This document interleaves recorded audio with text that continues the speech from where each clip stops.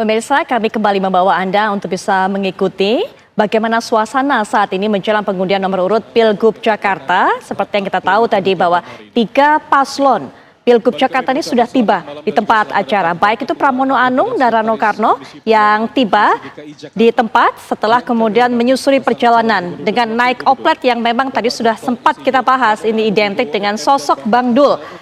Kemudian juga Ridwan Kamil dan Suswono yang hadir menuju tempat ini menaiki ojek online, dan juga tadi kita lihat datangnya dari wakil ataupun juga cagup dan juga calon wakil gubernur dari Independen Dharma Pongrekun dan juga Kun Wardana. Kita lihat saat ini pembawa acara dari rangkaian kegiatan ini memperkenalkan 3 pasangan calon yang sudah duduk di kursi masing-masing, dan sambil kita nantikan bagaimana jalannya acara dari pengundian nomor urut begitu. Masing-masing pasangan calon mengatakan nggak penting yang namanya nomor urut, Mas Toto, nggak ada hubungannya sama hoki, nggak ada juga hubungannya sama image masyarakat. Mereka tetap pede, mereka tetap yakin. Tapi sebenarnya bagaimana sih makna dari nomor-nomor urut? Apalagi kemudian jika pelaksanaan pilkada ini masih nggak jauh-jauh amat dengan pilpres kemarin, Mas Toto? Secara teoritis dia pengaruhnya sekunder dibandingkan dengan nama atau visual yang ingin ditampilkan menarik atau tidak. Karena nomor urut ini juga kalau kita lihat misalnya apa yang disiapkan oleh tim ses atau konsultan politik, itu saya meyakini sudah bawa 3 gambar tuh. 1, 2, dan 3 gitu. Tinggal dikeluarin yang mana gitu, jangan sampai kebalik gitu ya. Dan mereka udah bikin jinglenya juga dengan 3 lagu gitu kan. Sudah bikin juga pantun dengan 3 lagu. Jadi memang ini sebatas sebuah gimmick yang sebetulnya kalau kita baca secara teoritis juga tidak memiliki efek besar. Nama yang mungkin akan lebih punya efek besar. Itulah kenapa kemudian seorang Rano Karno yang sudah sangat terkenal pun lalu kemudian menetapkan namanya di pengadilan, ditambahkan menjadi sidul dalam kurung.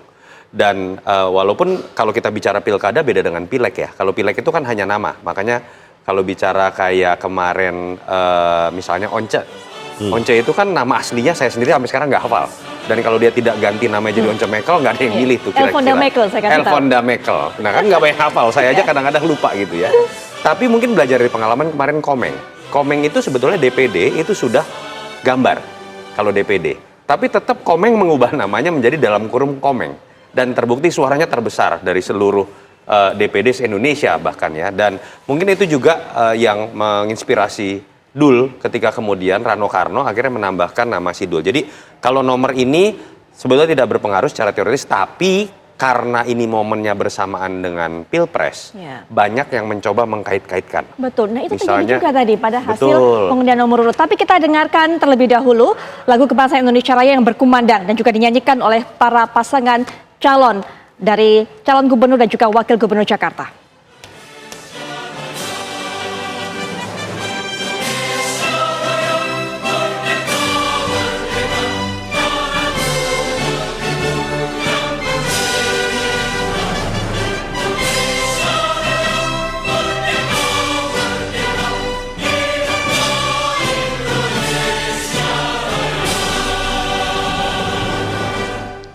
Dilanjutkan dengan jingle Pilkada DKI Jakarta 2024.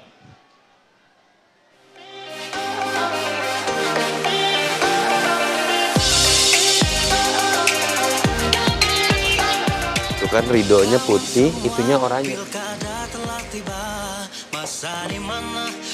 Baik, pemirsa, tadi kita sudah dengarkan lagu Kebangsaan Indonesia Raya berkumandang, dan ini adalah masing-masing pasangan calon gubernur dan juga wakil gubernur Jakarta.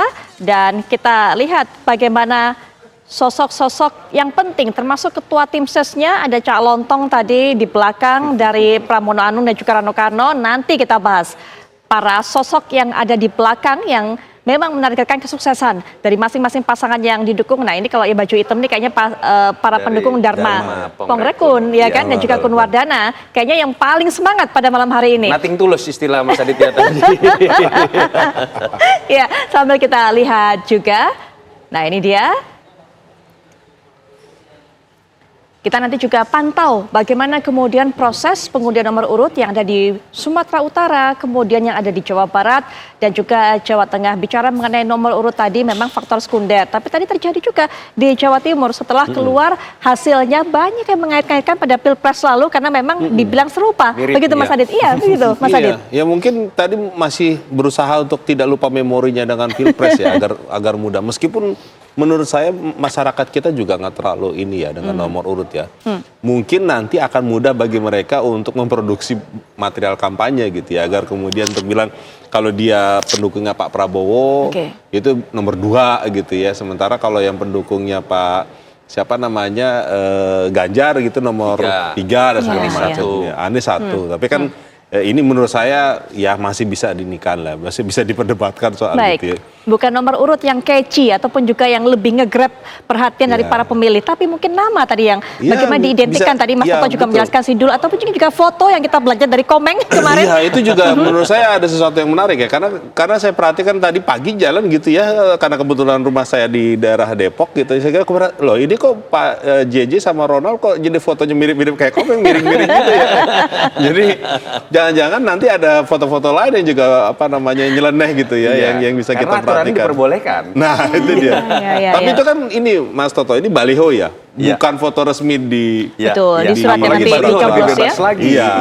Tapi ntar kalau di surat-suara kita nggak ngerti deh. Baik, tapi setidaknya mungkin bisa nge-grab gitu kan, lebih membuat masyarakat jadi fokusnya melihat ke mereka. Kita juga kembali lihat di layar kaca saat ini masih terus berjalan sesuai dengan rundown yang direncanakan oleh pihak KPU. Dan pukul 19 ini memang rencananya dimulai proses pengundian nomor urut Pilgub. Nanti ada beberapa rangkaian termasuk juga pleno. Nah ini nanti sekitar 19.30 baru nanti wakil ataupun juga calon wakil gubernur mendapat giliran pertama untuk bisa mengambil nomor undian. Baru setelah itu nomor antrian maksud saya. Nah dari nomor antrian itu kemudian nanti para calon gubernur yang akan mengambil nomor undian. Ini kita lihat sedang doa bersama para peserta yang ada di forum ini. Sambil kita nantikan bagaimana keramaian juga yang ada di KPU berbagai daerah, Jawa Barat, Jawa Tengah, Sumatera Utara, dan juga nanti kami akan pantau di Sulawesi Tenggara. Tapi tadi saya sudah sempat singgung sebelum jeda ini Mas Adit ketika bertanya akan kemana para pendukung dari Anies Baswedan yang disebut sebagai anak abah ini. Nah, di media sosialnya pada hari ini saya akan kutip supaya saya tidak salah. Yang dikatakan oleh Anies Baswedan adalah, nah begini teman-teman, pada saatnya kita harus bersikap. Tapi saat ini masih terlalu awal untuk menyatakan mendukung A atau mendukung B atau mendukung C atau tidak mendukung semuanya. Kenapa masih awal? Saat ini dokumen rencana kerja belum kita baca, visi misi belum kita lihat. Nilai apa yang akan dibawa, apa yang akan diperjuangkan. Jadi tunggu dulu, begitu kata Anies Baswedan. Mas Adit. Ya, saya pikir Anies suaranya mungkin akan diperhatikan sama anak abah ya pasti. Itu satu. Yang kedua menurut saya adalah seperti yang juga sedang diperbincangkan kemarin, ada niat untuk membuat partai politik gitu ya, yang sedang dibicarakan juga ya kita tunggu saja juga gitu konkretnya bagaimana gitu. Karena menurut saya daripada hanya untuk menjadi pendukung kelompok netizen ataupun kelompok ini, saya pikir dikristalisasi aja menjadi bagian dari sebuah institusi yang namanya partai gitu ya. Ataupun kalau memang ingin bertahap ya jadikan itu menjadi misalkan sebagai ormas dulu gitu sebelum menjadi partai politik. Jadi daripada kemudian beliau untuk kemudian menyampaikan pesan-pesan itu lewat sosial media, dan akan lebih baik dan menurut saya akan menjadi jelas gitu ya untuk mengkristalisasi dukungan itu secara formal gitu ya, bahwa dia adalah bagian dari representasi yang memang ketika di dalam Pilpres itu fix jelas ada gitu ya, dan konsisten dan loyal kepada Anies Baswedan misalkan. Jadi saya pikir itu jadi sebuah hal yang menarik gitu ya, ketimbang hanya kemudian menyarankan tanpa kemudian ya kalau nanti dalam konteks politik pasti akan ada bergen. Akan ada tarik menarik ya. Oke, Mas Hadi, sambil nanti kita tunggu bagaimana proses ini terus berlanjut di KPU Jakarta. Nah, kita lihat rekan kami juga mewawancarai pasangan calon Ahmad Lutfi yang tadi juga dikatakan perang bintang ini terjadi di Jawa Tengah. Kita dengarkan bersama. Ini biru, Pak.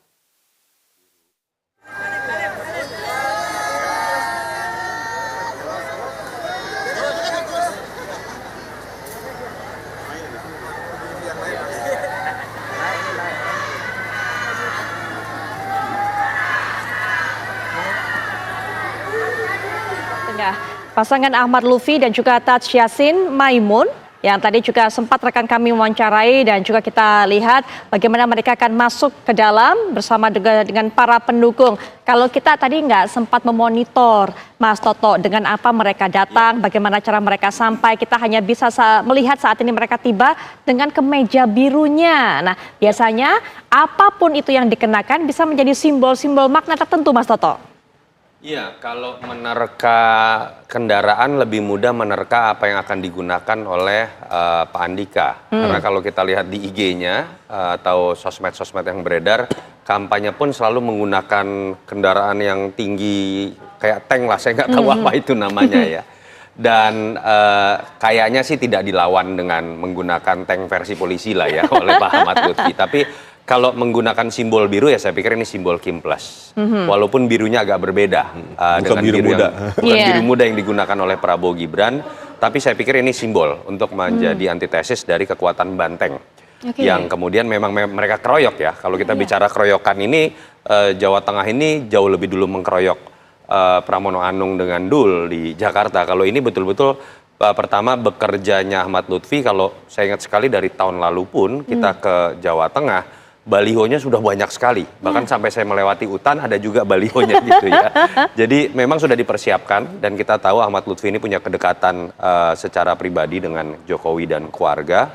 Dan kemudian PD Perjuangan walaupun memang masih memenangkan pertarungan pileg, tetapi kalau dijumlahkan dengan keroyokan dari kekuatan mesin politik Kim Plus, ini jauh di bawah.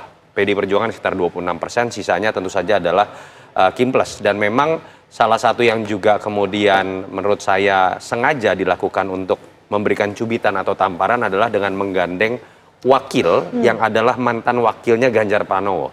Gus Yassin saat ini kalau kita bicara. Dan ini yang jadi tantangan terberat menurut saya buat seorang Andika. Walaupun mungkin kalau bicara di level nasional orang lebih mengenal Pak Andika dibandingkan Pak Ahmad Lutfi. Tapi dilihat dari sisi kerja elektoral, Pak Andika betul-betul baru bekerja. Dan kalau kita berbicara mengenai wakilnya pun, Hendy sangat terkenal di Semarang dan sekitarnya, wali kota yang dianggap berhasil, tapi dianggap memiliki satu warna, merah plus merah. Itu yang menyebabkan tantangan terbesarnya adalah bagaimana kemudian kalangan santri yang kemarin pada saat Ganjar maju bisa ditutupi oleh Taj Yassin, itu bisa didapatkan oleh kerja politik dalam 2 bulan ke depan. Jadi di atas kertas memang kalau dilakukan survei saya meyakini Ahmad Lutfi masih di atas. Tetapi sebetulnya seorang Andika kalau kita lihat secara branding ya lebih memiliki daya ledak. Ya simpel aja lah. Sama-sama masuk ke kampung dengan badan sebesar itu ya. Saya pikir itu langsung dikerebutin emak-emak gitu ya. Dengan menggunakan tank dan lain-lain. Dan memang kalau bicara dalam konteks perang bintang pun ini bintang 4. Betul-betul level panglima. Yang tetapi musuhnya adalah waktu tadi. Ya baik Mas Toto, kemudian juga Mas Adi dan juga pemirsa, kita dengarkan terlebih dahulu sidang pleno yang saat ini juga berlangsung di KPU DKI Jakarta. Nomor urut pasangan calon serta dokumen yang digunakan berupa berita acara penetapan nomor urut dengan menggunakan formulir model BA titik penetapan titik nomor urut titik KWK dan keputusan KPU Provinsi DKI Jakarta tentang penetapan nomor urut pasangan calon gubernur dan wakil gubernur untuk pemilihan umum pemilihan kepala daerah DKI Jakarta tahun 2024. 5. KPU Provinsi DKI Jakarta menyiapkan live streaming melalui YouTube untuk masyarakat yang ingin menyaksikan rapat pleno terbuka. 6. Peserta rapat pleno hadir sesuai waktu dan tempat yang telah ditetapkan dalam surat undangan. 7. Pasangan calon dan gabungan partai politik pengusul wajib hadir dalam rapat pleno untuk pengundian nomor urut. 8. Dalam hal calon atau pasangan calon berhalangan hadir dalam rapat pleno terbuka, wajib menyampaikan alasan tertulis yang dapat dipertanggungjawabkan. 9. Calon atau pasangan calon yang berhalangan hadir dapat memberikan mandat secara tertulis kepada petugas untuk mengambil nomor urut. 10. Peserta rapat pleno terbuka menandatangani daftar hadir rapat pleno dan menggunakan tanda pengenal yang telah disediakan. 11. Pengundian dan penetapan nomor urut pasangan calon dilaksanakan dalam rapat pleno terbuka dengan langkah-langkah sebagai berikut. A. Ketua KPU Provinsi DKI Jakarta membuka dan memimpin rapat pleno. B. pengundian nomor urut pasangan calon gubernur dan wakil gubernur DKI Jakarta dilakukan dalam 2 tahap, yaitu 1. Tahap pertama, calon wakil gubernur mengambil nomor antrian pengambilan nomor urut berdasarkan waktu kehadiran saat pendaftaran. Tahap kedua, calon gubernur didampingi oleh calon wakil gubernur melakukan pengambilan nomor urut, dimulai dari nomor antrian terkecil hingga terbesar. C. Seluruh pasangan calon melakukan pembukaan nomor urut di hadapan KPU Provinsi, peserta rapat pleno dan media, dimulai dari nomor antrian terkecil hingga terbesar. D. Calon gubernur menunjukkan nomor urut yang telah diambil kepada KPU Provinsi, peserta rapat pleno dan media. E. Ketua KPU Provinsi membacakan nomor urut yang telah diperoleh pasangan calon. F. Hasil pengundian nomor urut dituangkan ke dalam berita acara dan keputusan KPU Provinsi tentang penetapan nomor urut pasangan calon peserta pemilihan gubernur dan wakil gubernur tahun 2024. G. Ketua KPU Provinsi DKI Jakarta membacakan berita acara dan keputusan KPU Provinsi tentang penetapan nomor urut pasangan calon. H. KPU Provinsi DKI Jakarta menyampaikan salinan keputusan tentang penetapan nomor urut pasangan calon peserta pemilihan gubernur dan wakil gubernur kepada pasangan calon, gabungan partai politik tingkat Provinsi DKI Jakarta yang mengusulkan pasangan calon, dan Bawaslu Provinsi DKI Jakarta. 12. Keputusan KPU Provinsi DKI Jakarta tentang penetapan nomor urut pasangan calon peserta pemilihan gubernur dan wakil gubernur menjadi dasar dalam penyusunan daftar pasangan calon. 13. KPU Provinsi DKI Jakarta mengumumkan hasil pengundian nomor urut melalui laman KPU Provinsi DKI Jakarta. 14. Pers dan pemantau pemilihan menempati tempat yang telah disediakan oleh panitia. Pendokumentasian foto dan video dilakukan di tempat yang telah disediakan. 15. Peserta rapat pleno, tamu undangan, dan pers yang tidak mematuhi tata tertib ini dapat ditegur dan dikeluarkan dari tempat rapat pleno. 16. Setelah rapat pleno selesai, KPU Provinsi DKI Jakarta memberikan kesempatan kepada pasangan calon untuk memberikan sambutan atau konferensi pers di tempat yang telah disediakan. Selesai. Terima kasih Pak Dodi. Tadi sudah disampaikan ada 2 tahap. Tahap pertama itu adalah pengambilan nomor antrian nomor urut berdasarkan waktu kehadiran. Baik pemirsa, yang Anda baru saja saksikan adalah rapat pleno pengundian dan penetapan nomor urut. Kita akan jeda sejenak. Nanti setelah kembali kita juga akan lihat bagaimana prosesi ataupun juga tahapan selanjutnya. Masih juga bersama para narasumber yang akan memberikan pandangannya. Sesaat lagi tetap di Breaking News.